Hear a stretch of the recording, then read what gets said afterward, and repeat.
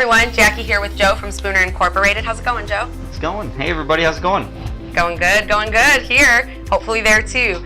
So today we're going to talk about claims. For my company, sometimes, things happen, accidents happen. Is it a claim or, is it something else? How do you know? So, and there are some common questions that come up in our world, and I'll try and keep this as interesting as possible because we like to talk about these. I'd start with saying that 95 to 97% of claims are legitimate. They're just people that got hurt and just want to get back to work. Absolutely. We deal with a lot of the 3 to 5%, so we have some interesting stories, but we also get common questions like if somebody slips in the parking lot walking into the office, is it a claim? And so the first question is, who owns the parking lot? So right. If it's the company, I assume it would probably be a claim. It would be a claim, and they are within the course and scope of their employment. So they're walking in and they slip and fall. That is a workers' comp claim. Yeah. If some other third-party company owns the building and is leasing it, then it could potentially be a property and casualty claim in that case. So it maybe doesn't necessarily fall within the company. We do have one fun story about it. We had a woman who had left for the day. She left her pay stub in her locker. She had to go back. She didn't realize it right away. She drove home and then drove back, and it was about 15, 20 minutes later. So she slipped and fell in the parking lot when she came back. What do you think it's a claim, Jackie? Ugh. I mean, if the company owns the parking lot, even if she came back on a Friday, if she's going to collect her money, I don't know. That's kind of tough. Is that a part of her job? It's not. So it's not within the course and scope of her employment, so it actually was denied as a claim. So the company didn't have to own that actual claim itself. Wow, that's surprising. It is. She probably thought she was entitled and again, just trying to cover her butt. Well, and she probably did get legitimately hurt. Absolutely. This is Ohio. We have snow and ice. Oh my gosh. Parking lots can be a nightmare. Sure. So, so other than the parking lot, are there any other common... There are. So we've had people who have tried to say that, they fell at work or something along those lines, and they never sought treatment. So they start to try and file a claim and say, well, I got a bruise at work. Well, yeah, you did, but you can't have a claim unless some sort of treatment exists. Existence is required. Yeah, and that's kind of a common question. Well, we had this person get hurt. They didn't want to seek any treatment. Is it a claim? And you say, well, you hold off on it until they seek treatment, then yeah, it's a claim. And make sure that they get everything taken care of and get back to work safely. And then the last one, from a slip and fall sort of standpoint, is... Those are probably the most common. They're very common. And then from that standpoint is somebody has a heart attack and they fall and hit the ground. Do you think it is a workers' comp claim?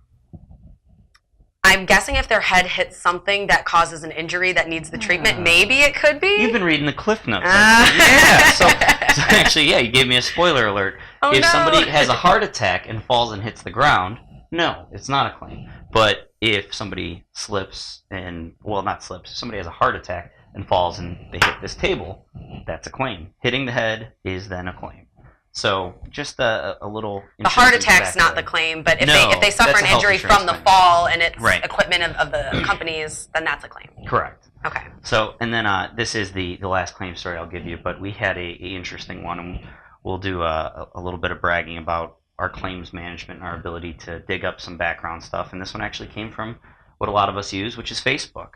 Wow. So we had a woman who had a legitimate injury to her knee. She had some surgery done, but then she ended up saying that, I'm getting depressed from this. And she had gone to a psychiatrist and said all of the right things. And for us, when we see a psych condition come into a claim, we're like, oh boy, this is going to be expensive. And if it's legitimate, let's make sure that they're taken care of. But they can treat on that, theoretically, forever. So this woman... That's tough. Yeah, this woman went to her psychiatrist. We had her sent to a psychiatrist of our own, and they came back and said to us, listen, guys, she got hurt. She's not performing things the way that she normally would. She's not able to physically be the way she was beforehand. She's saying all the right things, and you can't medically prove against the fact that she's depressed now.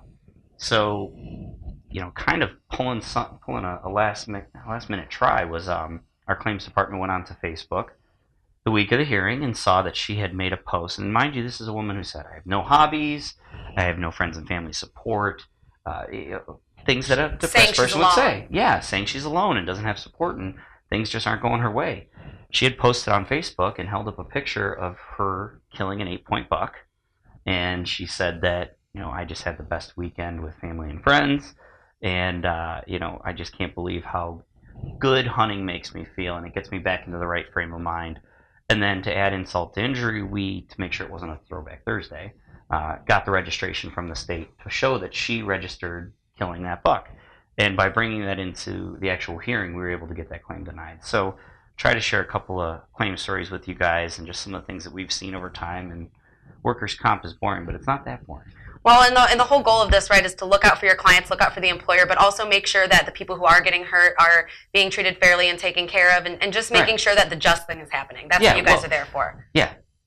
If you're hurt, get fixed. If you're not, don't abuse or elaborate or exaggerate a claim. That's ultimately our goal. Your goal. Okay. So Spooner Incorporated, they're here for you for any of your needs, especially dealing with workers' compensation and claims. Give them a call. Talk to Joe.